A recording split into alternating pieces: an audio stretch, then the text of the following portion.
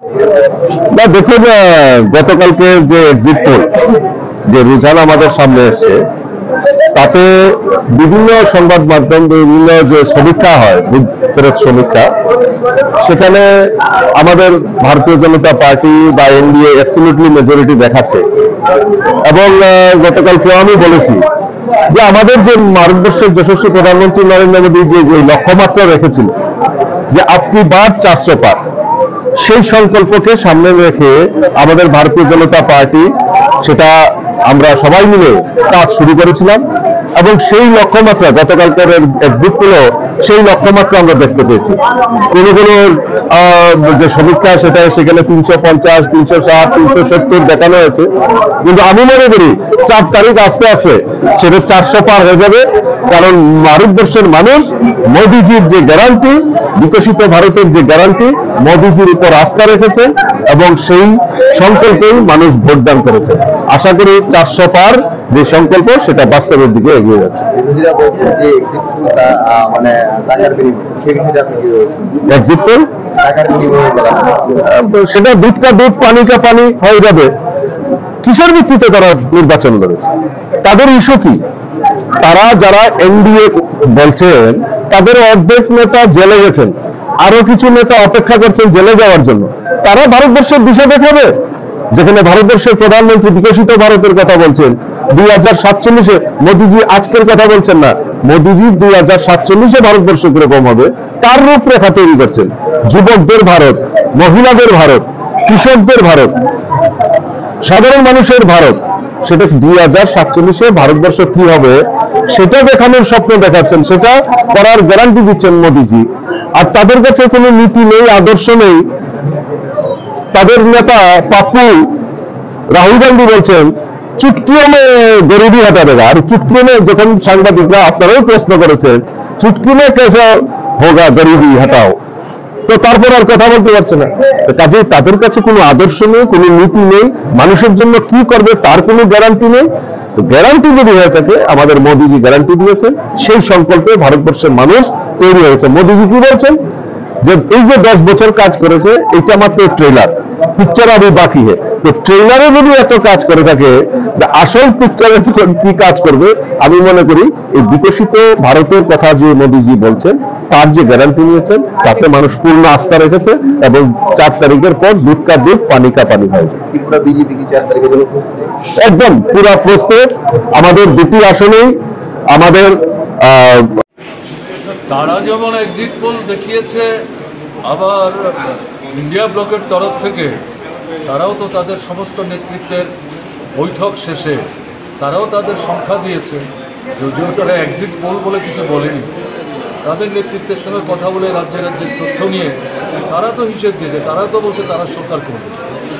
কাজে এটা নিয়ে আলাদা করে মন্তব্য করার তো কিছু নেই। 4 তারিখ পর্যন্ত আমাদের সবার অপেক্ষা করতে হবে। এক পক্ষ জিতবে, এক পক্ষ হারবে, এক পক্ষ সরকার তৈরি করবে, আর এক পক্ষ সরকার তৈরি করতে পারবে না। কাজে তোমাদের যেমন আগ্রহ, আমাদেরও তো আগ্রহ, এর বাইরে আর কি। হ্যাঁ, এই যে নিষ্ক্রমণ কি বলে এটাকে, এই অনুমান বা এক্সিট পোল সারা দেশের সাথে আমিও দেখেছি। এই এক্সিট পোলে শাসক দলকে প্রায় সবকটি সংস্থাই বিপুল আসনে জিতিয়ে দিয়েছে। কিন্তু আমি বলবো দুটো জিনিস। প্রথমত হলো এক্সিট পোল কখনো কখনো হুবহু মিলে যায় ঠিকই, কিন্তু কখনো কখনো আবার ঠিক তার উল্টোটা হয়ে যায়।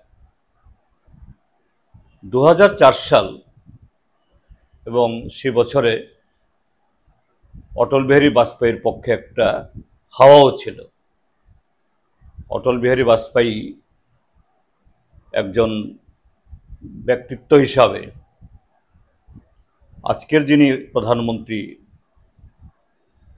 অটল বিহারী বাজপেয়ী আজকের প্রধানমন্ত্রীর চাইতে উচ্চতার দিক থেকে, গ্রহণযোগ্যতার দিক থেকে হিমালয়ের সাথে মাটির, অর্থাৎ এই ধরনের পার্থক্য। এবং গোটা প্রচারেও একটা ফিল গুড ফ্যাক্টর, এরকম একটা অবস্থা হয়েছিল। যে গতকালের মতোই সবকটি এরকম এই সংস্থাগুলো তারা অটল বিহারী বাজপেয়ীকে আবার প্রধানমন্ত্রী আসনে বসিয়ে দিয়েছিলেন, কিন্তু ফল হয় উল্টো। এই এনডিএ হেরে যায়, ইউপিএ সরকার আসে। ডক্টর মনমোহন সিং শুধু 2004 না, 2009 সালেও আবার প্রধানমন্ত্রী হয়েছেন, অর্থাৎ বিজেপি ক্ষমতা আসতে পারেনি। তো সেদিক থেকে এবারের নির্বাচন যদি আমরা একটা তুলনা করি 2004-এর সাথে, শাসক দলও বা কি ইলেকট্রনিক মিডিয়া কি প্রিন্ট মিডিয়া বা কোনো সংস্থা কেউ দাবি করেনি এখন অবধি যে দেশে নির্বাচনে কোনো হাওয়া ছিল, কোনো হাওয়া নেই। আবার শাসক দল অর্থাৎ বিজেপি যে জায়গায় এরকম একটা জিগির তোলার দিক থেকে তাদের সাথে অন্যের তুলনায় তারা অনেক এগিয়ে। যেমন 2014 সালে আচ্ছে দিনের আওয়াজ, তারপর 2019-এ এসে সেই পুলওয়ামার হাওয়া, সার্জিক্যাল স্ট্রাইক, এভাবে 14 সালেও জিতেছিলেন, 2019 সালেও জিতেছিলেন। কিন্তু এবার বহু চেষ্টা করার পরও কোনো হাওয়া তুলতে পারেননি। রাম মন্দির নিয়ে জানুয়ারির শুরুতে একটু হয়েছিল, আবার এটা নিভে যায়। তারপর ইলেকট্রাল বন্ডের রায় আসলো, এতে বিজেপি প্রায় সম্পূর্ণ ধসে যায়। এবং যে স্লোগান দিয়ে তারা নেমেছিল আপকি বার 400 পার, বিজেপি 370, শেষ পর্যন্ত বিজেপির স্লোগানে, বিজেপির প্রচারে, এবং মোদি তাদের সবচেয়ে বড় ক্যাম্পেইনার, তিনি তো মানে 100-র মধ্যে 99, তার মুখ থেকেও এই মোদি গ্যারান্টি, আপকি বার 400 পার, এগুলো প্রায় বিদায় হয়ে যায়। সেখানে নতুন প্রচার তিনি আনতে বাধ্য হন, যে মুঘল, মাটন, মঙ্গলসূত্র, এবং শেষ মুহূর্তে আরও একেবারে জঘন্য যে সে জায়গা চলে যায়। তো এই জায়গায় দাঁড়িয়ে কোনো হাওয়া নেই। হ্যাঁ, খার্গের এটা তার ব্যক্তিগত বক্তব্য নয়। ইন্ডিয়া জোটের সভা করার পর প্রত্যেক শরিকেই তারা যে সমস্ত রাজ্যগুলোতে প্রতিদ্বন্দ্বিতা করেছেন সেখানে ন্যূনতম কত আসন জিতবেন।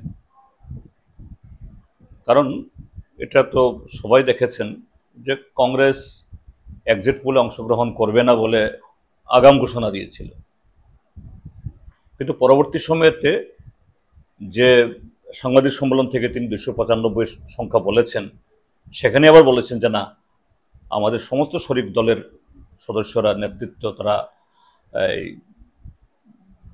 এক্সিট পোলে অংশগ্রহণ করতে চান না। ঠিক আছে, আমাদের সিদ্ধান্ত আমরা পাল্টাবো, এবং তারা অংশগ্রহণ করেছেনও। কাজেই আমাদের অপেক্ষা করতে হবে।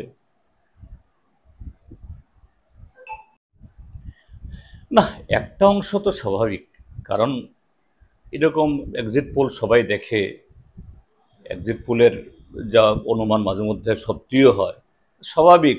এরকম একটা দেখার পর একটা অংশ তো মন খারাপ হবে, আর একটা অংশ উৎফুল্ল হবে। কিন্তু আমরা যারা বামপন্থী কমিউনিস্টরা,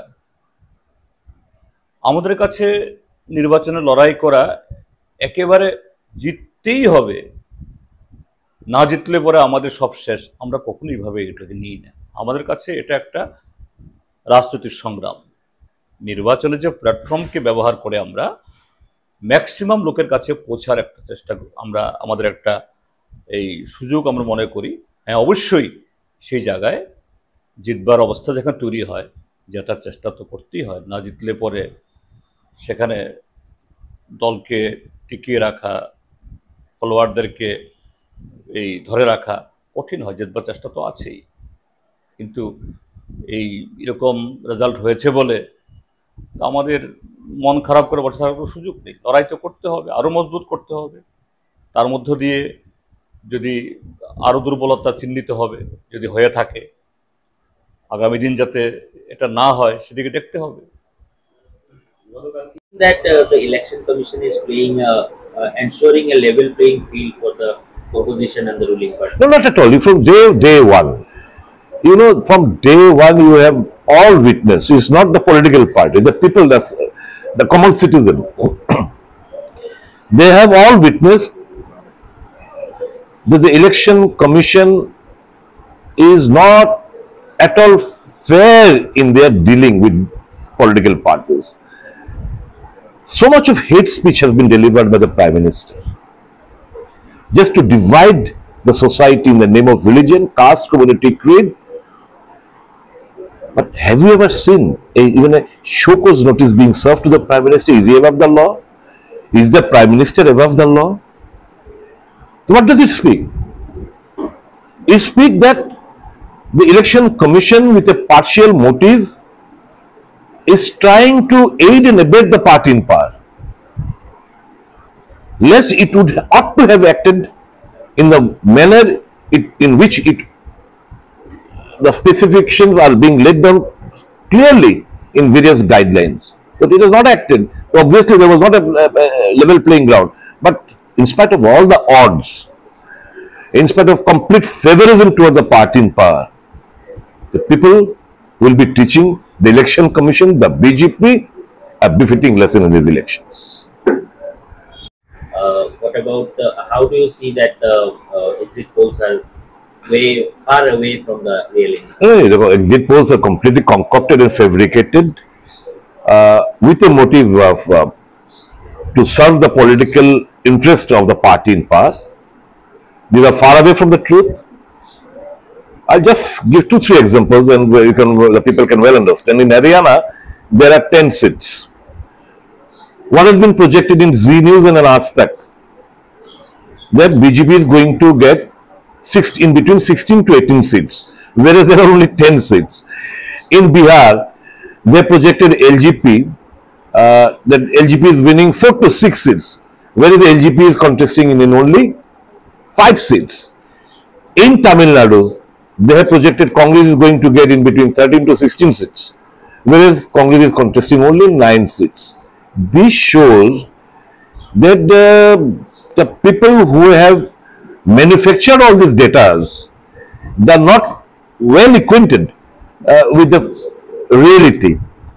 The reality is that India is going to form the government, is going to give the public mandate, and these are just an eyewash, just to jolt the morale of the India bloc counting agents and leaders.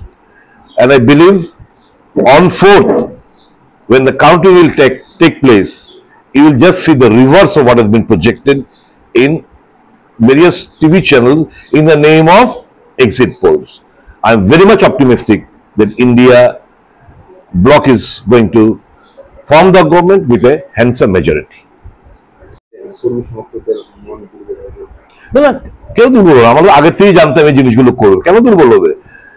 কেন কোনো দুর্বল? আমরা জানি কি হতে যাচ্ছে, আমরা মানুষের উপর বিশ্বাস রয়েছে এবং প্রচন্ড আশাবাদী যে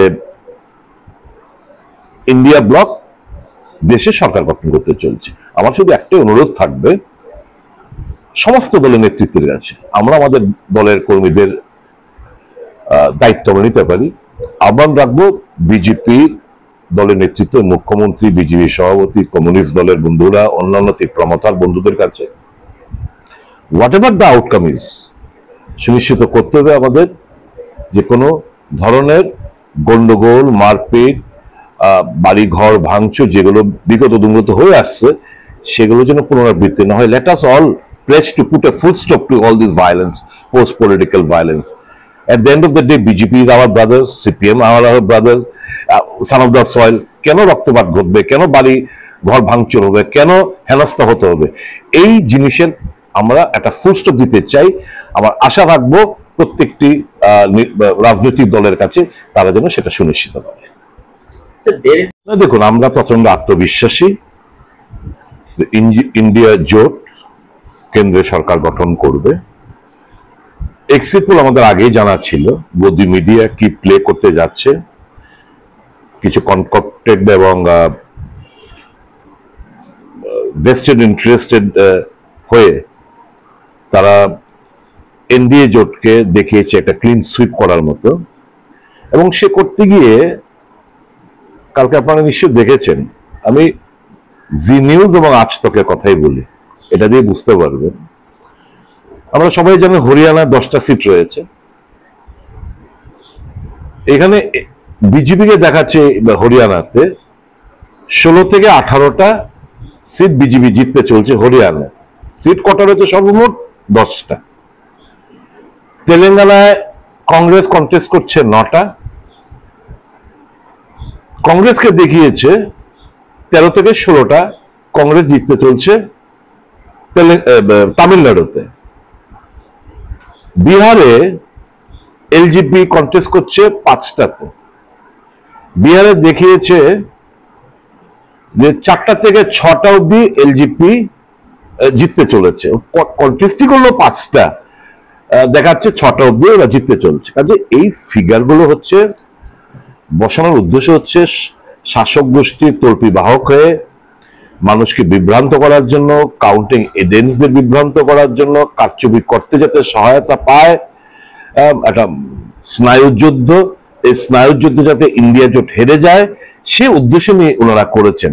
কাজে আমাদের বিশ্বাস রয়েছে এই সমস্ত কনকক্টেড এবং ভেস্টেড ইন্টারেস্টেড তথ্যের উপরে নয়, আমাদের বিশ্বাস রয়েছে আম জনতার ভোট। কারণ যেই নেগেটিভ আমরা তৈরি করেছি ইন্ডিয়া জোট, আমরা আমাদের নেগেটিভ থেকে সরে আসিনি।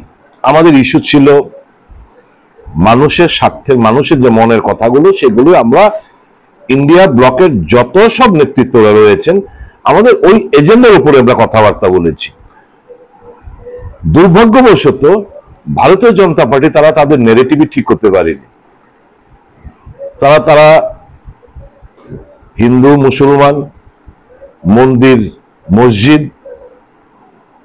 শমশানঘাট কবরস্থান, মঙ্গলসূত্র ভ্যান্স, মহাত্মা গান্ধী থেকে শুরু করে এই সমস্ত ইস্যু নিয়ে ওনারা মানুষকে বিভ্রান্ত করার চেষ্টা করেছেন। আমরা যাতে আমাদের নেগেটিভ থেকে সরে আসি, কাউন্টার দেই, ওনারা চেষ্টা করেছেন। কিন্তু আমরা আমাদের মূল ইস্যু থেকে আমরা সরে আসিনি, যেগুলো পাবলিক ইস্যু। কাজে আমরা খুব পজিটিভ নোটে আমরা নির্বাচনটা আমরা মানুষের কাছে আমরা নিয়ে যেতে পেরেছি। মানুষের উপর আমাদের অগাধ আস্থা, বিশ্বাস। এইবার Modi has been badly exposed. আসল নগ্ন চেহারাটা মানুষ বুঝে গেছে এবং যত নির্বাচন যতগুলো ফেজ গেছে আস্তে আস্তে তার নগ্ন চেহারাটা বেরিয়ে এসছে। মানুষ তাকে ঘৃণার সাথে প্রত্যাখ্যান করবে এবং বিজেপিকে একটা সমুচিত জবাব দেবে বলে আমাদের বিশ্বাস।